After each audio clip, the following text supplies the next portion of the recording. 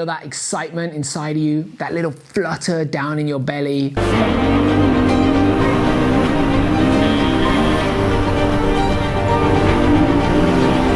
Before I let you into any more of one of the best days riding I've had in years, we need to wind back the clock a little bit. Rally riding is incredible. It's the perfect mix of excitement, stunning landscapes, and adventure. My name's Llel, and this is my YouTube channel. I'm building a guide to go rally racing, and I'm doing it by competing in Olympia Rally. Whilst rallies are awesome, they're incredibly complex and nuanced. I was very lucky to have my dad to guide my journey. He's done a few and knows how most of it works. The goal of this project is to go through the entire process, looking at the choices I've made, the mistakes I make along the way, and hopefully helping and inspiring you to maybe go through your first rally experience as well. Rally also doesn't mean Dakar. Dakar is right at the pinnacle of the sport. It's expensive, it's super difficult, and we are starting at the opposite end, right at the bottom, at an entry-level rally. There are literally dozens of these across the world, and most of the time the entry fees cost hundreds instead of tens of thousands. To tell this story, I'm heading to Greece. I did my second rally there, and it is incredible. Olympia Rally is our chosen event. 6 days of amazing riding, really old stuff, and of course, getting lost.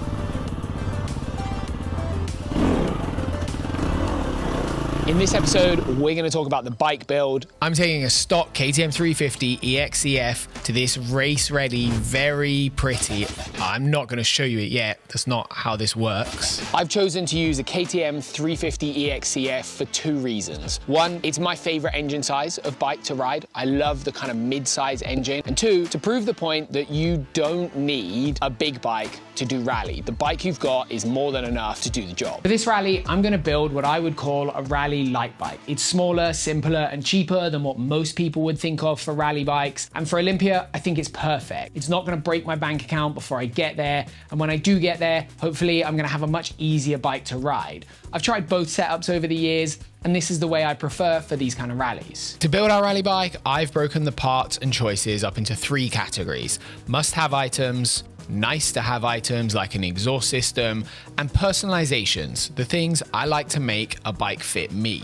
Let's start with those must-have items. You need navigation equipment. Navigation is what makes rally rally. There are 2 core parts to the kit. The first is a roadbook holder. Mine is an old F2R roadbook. These have improved a bit since this one came out, and you can find similar products from companies like MigTech, Aurora, and others. The paper roadbook goes inside, and you can scroll it using this, a thumb switch. I believe this is an F2R thumb switch, and it came with my Dakar bike. Flick it forward to go forward, and backward to go backward. Next, we need a trip meter. This uses the speedo cable on your bike. I've got an Ico Rally Max model and a much older Ico. I'll use one for distance and the other as a speedo and back up to the first one. These are fallible, and a backup stops you riding in circles for hours or getting a speeding fine. Trust me on both. Now we need a way to get our nav gear onto our bike. It's really common to see cool looking builds like this Rebel X tower and fairing kit, but for Olympia, it's massively overkill. Towers and fairings are nice when you need comfort, wind protection, and are riding at high speed, but most rallies in Europe are the opposite. Plus the cost of a nav tower is a ton more expensive. I've opted for this neat solution from Rebel X that mounts directly to the handlebars. It's well designed, simple, and easy to remove and return your bike to enduro mode afterwards. The last part of the equation is the wiring. There are 2 options. If you buy F2R's roadbook and thumb switch, they also do a plug and play wiring kit. It's not expensive, but we couldn't get one at the time of making this series, so we're DIYing it. While the wiring isn't complicated, this is me looking bloody confused by it. It is, however, basically the same as creating a circuit on a pegboard in your high school physics class. We need power from the battery to the front of the bike. A cable from the positive terminal of the battery to the front of the bike will do this.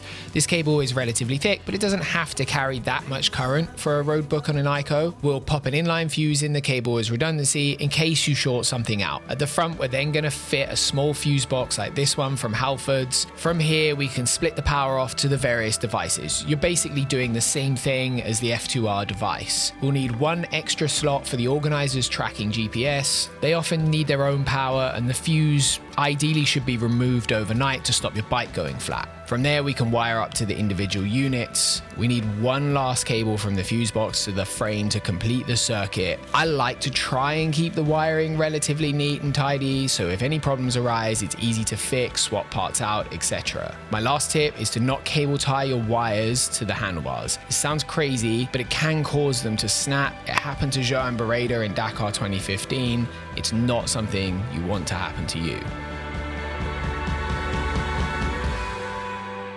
The next must-have is fuel. For Olympia, we need to be able to do a race distance of around 140 kilometers. It's a bit of guesswork, but based on my experience, a 12-litre tank should just cover it with the KTM. I've opted for this 12-litre IMS tank in clear. They look good, and IMS are one of the market leaders in aftermarket fuel tanks. For me, at a minimum, you want your suspension to be as good as you can afford. If that means a basic revalve and springs, so be it. You will thank yourself the first time you make a mistake. I've gone one step further and fully upgraded the 350. For this project, we're trying the mid-range WP Explore Pro 6500 cartridge kit for the forks and the WP Explore Pro 8946 shock absorber. I think they need to work on their product names. This is a significant upgrade from stock and comes at a significant price. You'll be unsurprised to hear that I'm excited by it, and having come from a revalved Explore suspension kit, I can hopefully give some decent insight on how it performs. You need tyres, that goes without saying. I'm not an expert of hard ground or rally tyres. I grew up riding in the mud of Wales, but this is what I've learned and what we've opted for. Firstly, hard ground needs hard tyres. Standard enduro tyres are typically not great in comparison to a dedicated hard ground tyre. I've opted to run Metzler's MC360 mid hard tyres. It's a grippy, durable, not insanely expensive tyre, and I'm pairing that with some Pirelli Metzler mousses. If you can avoid it, do not run tubes. Buy more mousse lube instead and use less mousses. As for mousse compounds, I don't really know the answer to this yet. I have one set of hard mousses and one set of mediums, and I think I'll tell you in a week how I get on. With the tyre sizing, I'm using a 1990 on the front wheel and a 140/80 on the rear. Ideally for hard pack ground, I would choose a narrower rear tyre than that, but tyre choices are really restricted at present, so I'm using what I could get. The next category are nice to have upgrades. None of the products are required, but they should make the bike safer, more reliable, more pleasant to ride, and overall more functional for the job at hand. First on that list is a steering damper. I forgot to shoot any video of ours, but it's under this KTM bar pad. I picked up the WP factory steering damper from the Power Parts catalog, and I love it because it's super slim and it doesn't need much of a bar riser. To counter the bar riser, I also popped on some Renthal McGrath bend handlebars to get the position back closer to stock. An oversized front disc is also a very nice to have. A little more brake power at speed is very confidence inspiring. I've used a 300mm disc in the past for these kind of rallies, but it's really only good for fast riding and totally overkill everywhere else. This time I've gone for a 270mm Motomaster floating disc. You'll need the relocation bracket to make this fit too, and at 270mm I'm hoping it's a better balance and we'll still be able to use it for enduro riding afterwards. I've added a collection of protection parts from KTM's Power Parts catalog to the bike to minimize failure risk. We've got a nice plastic sump guard, I've added a clutch slave cylinder protector, and I asked for a radiator fan to be fitted too. Hot temperatures and long days will go much better if the bike is kept cool, and for me that makes a lot of sense. I'm a big believer in getting your bike to fit your body shape as well as possible. If you're short or tall, a stock bike is not designed for you. Personally, I'm a huge fan of low handlebars and tall seats. This is the extra tall version KTM make, and it fits me so well.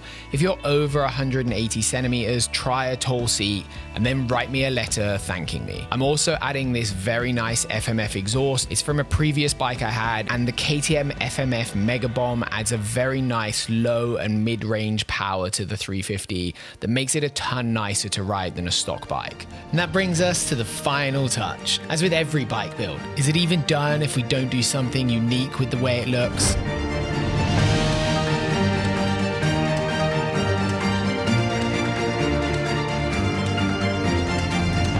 These are our own graphics mounted on full black Acerbis plastics. If you like them and you want your own set, I can add them to the web shop. Just let me know in the comments.